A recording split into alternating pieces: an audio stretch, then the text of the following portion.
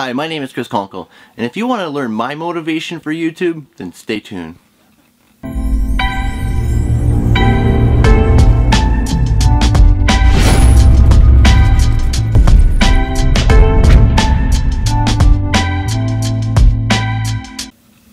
Hi, my name is Chris Konkle. My channel is all about helping to grow quality tradespeople so that you can gain the confidence to concentrate on your tasks. My construction experience dates way back from when I was a kid. My father had always had contractors building things like an addition on the house, or he would be doing a home renovation somewhere to flip a house. So I was always hanging around the crews and trying to help out as much as I could. When I was little, I was the kid who was always building things, building forts, and I started building skateboard ramps and half pipes when I was a little bit older, like 9 and 10, I think. So I actually loved Lego blocks, so I was always building. I was always building something, so I naturally grew up to be in construction, I suppose, but it just didn't happen overnight. I had my first job in construction when I was 15 years old. It was a summer position working for a fire protection company, and what we were doing is hanging sprinkler systems in big factory warehouses in Toronto. So the jobs were pretty big, and at 15 years old it was incredible. I was working on a scissor lift for the first time, and I was tied off, and the size of these pipes, like 8-inch water mains, they're humongous, right? And we were installing them and like taking them out as well, right? It was very dangerous, but I didn't realize it at the time. I was just having so much fun, and it was a good workout as well. I slept good. I didn't do a lot of partying that summer, that's for sure. But I got a real taste for the money, and when I went back to school the next year, I obviously that next summer I went right back to construction. So I've been working in construction since I was 15. That's 24 years ago, right? I'm 39 now, so I've seen a lot of construction, but it didn't just happen, right? Like I went to college for business. I didn't even go for trade school. I went to college for business, and I'm very thankful for that, because in my opinion it's probably a good idea to do something in college before you start in the trades, so you always have something to fall back on. Like say if you injure yourself, or if you just simply want to change your career, you always have something to fall back on. You don't necessarily have to start right in the trades, because you don't need an education to start in the trades. All you need is the right tools and motivation, and if you follow my advice, like watch my videos, you can get a job in construction anytime. So it was well worth it for me to go for business, and while I was in college, I was doing home renovations. There's this one specific realtor that I worked for, and I actually lived in some of these houses for free, just while I painted and did different cabinetry and just custom building and painting and stuff like that, right? Just to make the houses sellable for her, and that was really exciting. But before then, I guess I was just building. I built a lot of theater sets in my day as well. I've done a lot of theater, and I did a lot of tech in theater. I worked for Academy Theatre out of Lindsay, Ontario. I was a house technician for them for a while, and we did a lot of lighting and sound for so many shows. That was really cool. So when I was in college, even on the summers in college, I worked for Parks Canada in the maintenance department, right? So working on a big boat, it was called a scow, right? It had a high-ebb 950 crane on it, and the crane would just lift buoys out of the water, and we inspect the chains and the concrete blocks and stuff like that. And we maintained the signs, so I got to do a little bit of welding for the first time, which I'm definitely still no good at, but it was fun to try. We worked with a lot of hydraulics on that job, which was interesting and good to know in the future when it came to my big commercial construction. So anyways, what paid for my college was loans and my contracting. I was basically contracting at that time. So I started college right away when I was 18. So I went for 3 years studying business and advertising and business marketing and advertising. And I took a lot of computer courses. I took every single computer course that my college offered. I always into computers, and I just took advantage of all the courses I could. I even went to the university there to take some, C programming and Fortran programming courses. C programming and Fortran. Yeah, that's crazy. It was Fortran 90 even. I'm not sure if anyone still even uses that stuff, but it was awesome. It was very cool and interesting. So becoming going for business was not my original idea. I wanted to go for theater, believe it or not, but thankfully my father talked me out of going for theater and talked me into going for business. So I'll always thank him for that. That was the best decision I ever made. So not best decision ever made, but it was a good one. I mean, it was up there. So anyway, so back to my motivations for starting YouTube. I guess it started out right when I moved out to Edmonton, Ontario, when I started in large commercial construction. I realized right away that working in construction, you're kind of just a number almost, right? Most people are just there to take advantage of you. So this is why I wanted to start this channel. I want to educate workers. I want to make the industry more accountable and more reputable. And I want there to be trust out there, trust for between the workers and management. Right now, there's a total disconnect, and because the projects are always on a different location than the corporate head offices, there is a huge disconnect from management and the workers. And because you go every single day and work your butt off, it doesn't mean that management is aware of that. I was working for a large contractor, a very, very large one, one that I actually don't ever give a shout out to, so don't worry about it was not PCL or Elton or Legcor, that's for sure. So they worked me to death almost. I worked so hard for them. I was a rigger, and I worked a lot of hours. I worked a lot of overtime in some terrible conditions, and we got a lot of work done for these guys.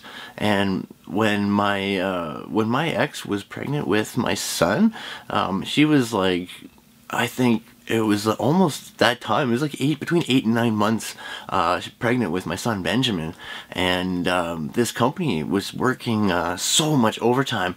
I asked if I could work less overtime, because we only had the one car at the moment, and I didn't want to leave my wife without a vehicle, so she was coming and picking me up, and it was getting into the winter, so it was getting darker earlier, so I simply asked not to work 12-hour days, if I could just work 10-hour days, and they basically fired me for that. So because I started just working 10s, because I could not work the 12s, and they fired me for that after giving them 14 straight months of amazing service and working my butt off.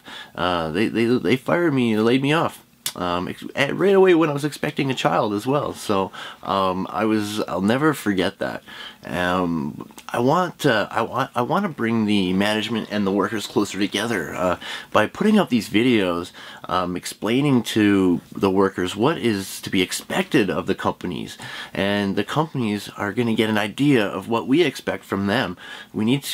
There has to be more consistency out there, and there is a huge lack of support for new workers. So that's why I started ChrisKonkleVlogs, so that I can be here to support you. I am here to support all workers and companies. I just want to tell you how it is. There's only really one set of rules, one way to do something in this industry, and in most industries. There's one way or the other.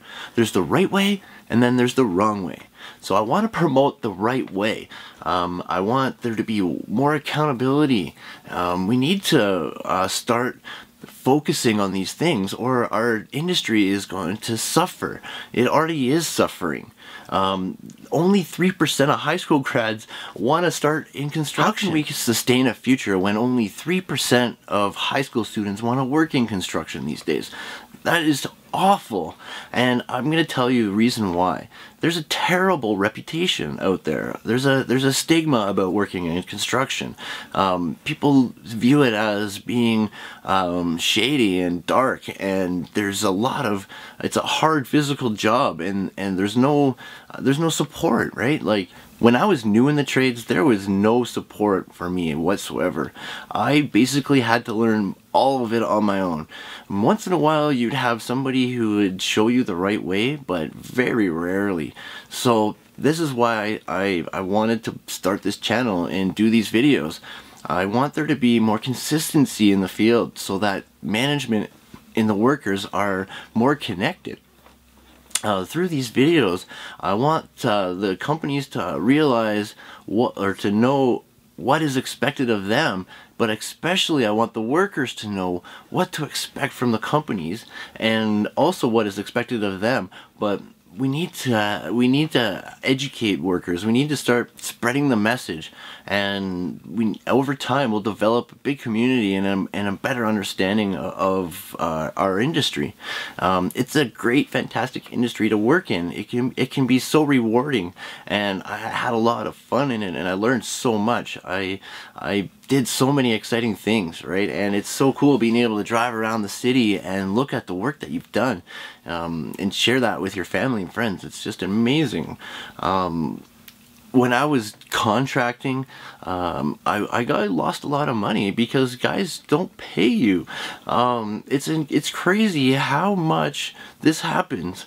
It just recently happened to me over the holidays, where a company that I was working for, it was a panel factory I was working for, so they were a subcontractor for a big contractor. So this is a different type of construction, right? This is off-site modular construction, which is, it can be effective, but there's things missing, because there's actually further disconnect from the actual corporate office who's running the project. So what I mean by that is, a construction project is already a different entity, right? It's already in a different geographical location than the head office of the company running it. So when you decide to build more of your building off-site into a different location, there's another level there of disconnect between the field and management. So more terrible things can happen that way. Like, for example, I was working with a really close friend of mine over the winter, and the company that we worked for, they didn't pay me, right? So I'll never see my money, and it's crazy. It's crazy that this happens so often, right? So that's why I have my download page as well. You go there and you can download a contract, the general terms and conditions, and formulate that into a contract so that you're not going to miss out on your payment. When you don't have your payments, like when your money doesn't come in, that affects a lot of things, especially when you have a big family like I do, right? I have 3 young children and my wife, and I can't afford to be working for free, which I did for at least a week over the winter, right? So after that that was my final straw. I had to do something, so this is why I started this channel and why I started my website.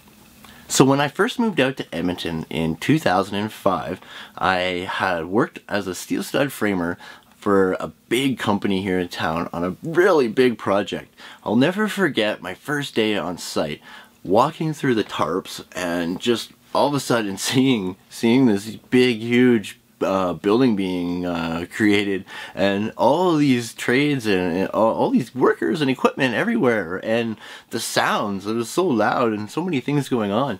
It was very exciting. It was also very intimidating, and I was a little scared, especially I had a fear of heights. And the first thing right away, we're put on swing stages, working on the exterior of the building, hanging off on a swing stage, doing the steel stud framing. It was exciting. I quickly got over my fear of heights, that's for sure. I still get vertigo, but I did conquer my fear of heights, which is pretty cool. But anyway, so after working for this steel stud company, It was after working for that general contractor when I discovered piecework. Working for the steel stud and drywall companies, I discovered what is called piecework. And it was awesome when I found that, because once I started pieceworking, I was actually able to make a wage that was worthy of my work, right?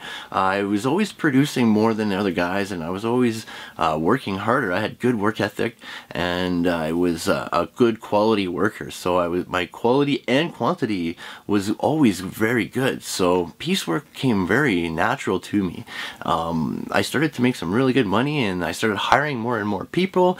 And the bigger the contracts got, and the more hard it all became to manage. There isn't a whole lot of support out there for small companies, that's for sure. There are a lot of things working against you, so that's also why I started ChrisKonkleVlogs, is to help the small companies as well.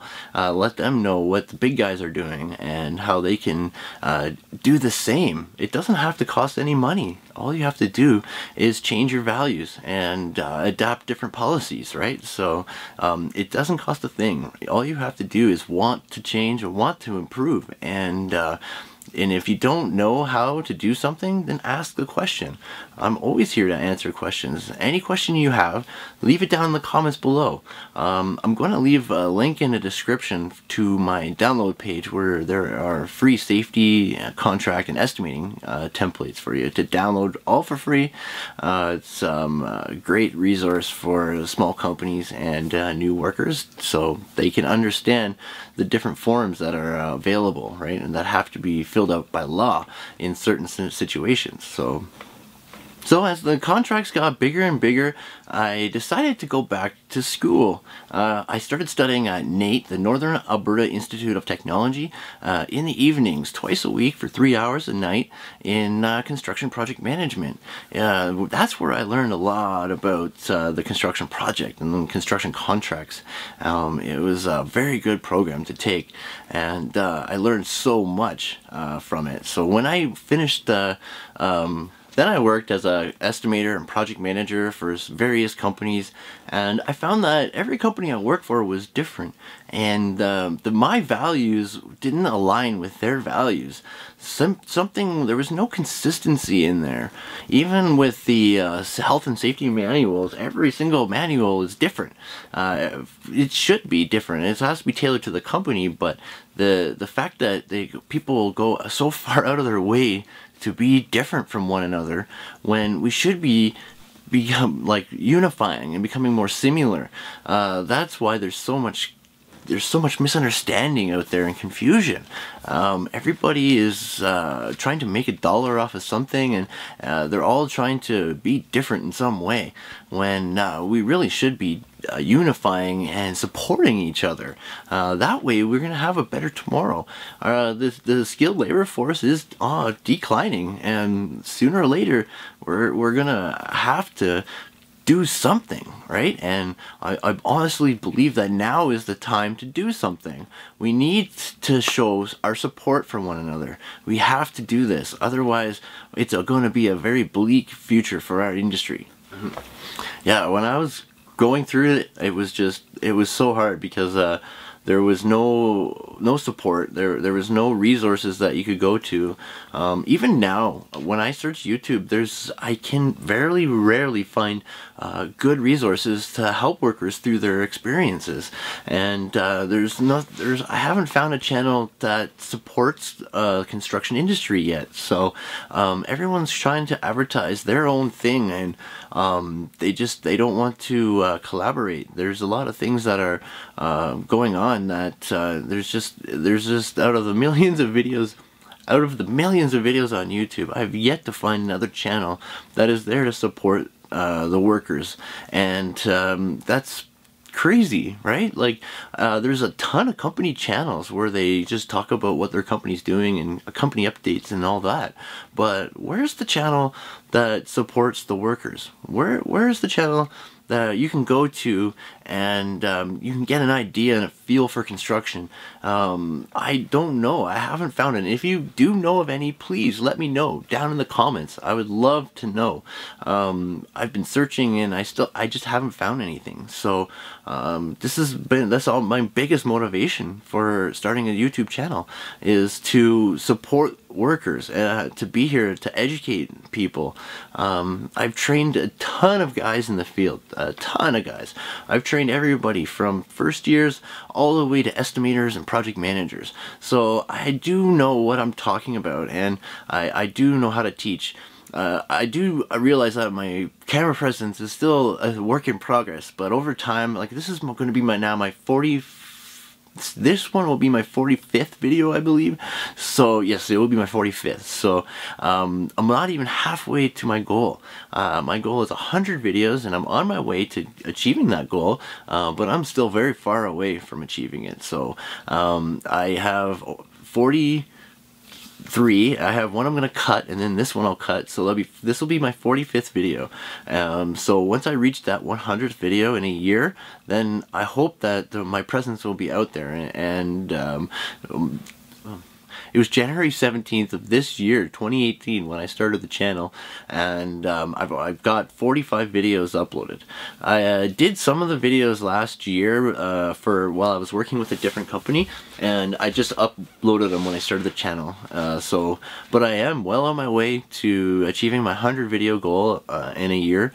So I'm very excited about this new channel, and I really hope that you guys can just share the channel, and invite all your friends to come and join us. I'd love to do a live stream. If I can get enough people interested in a live stream, I will definitely do that. I'll do a live Q&A session, and yeah, it could be fun. I do join a couple of live stream events myself, and they're a lot of fun. They're really, really cool. You learn a lot. And yeah, they're actually very, very cool. So I do kind of know what I'm doing. I can get the OBS studio or OBS Streamlabs running, and I will just, yeah, live stream on YouTube. So that would be a great way to get more community involvement, right? So alright guys, well, I hope that gives you an idea of why I started YouTube, my motivation behind starting YouTube. If you want to learn more about what I'm doing, then make sure you watch my guide to working in construction. And if you're just starting out in construction, make sure you watch the video, especially on Start Your Career in Construction. This is Chris. Bye for now.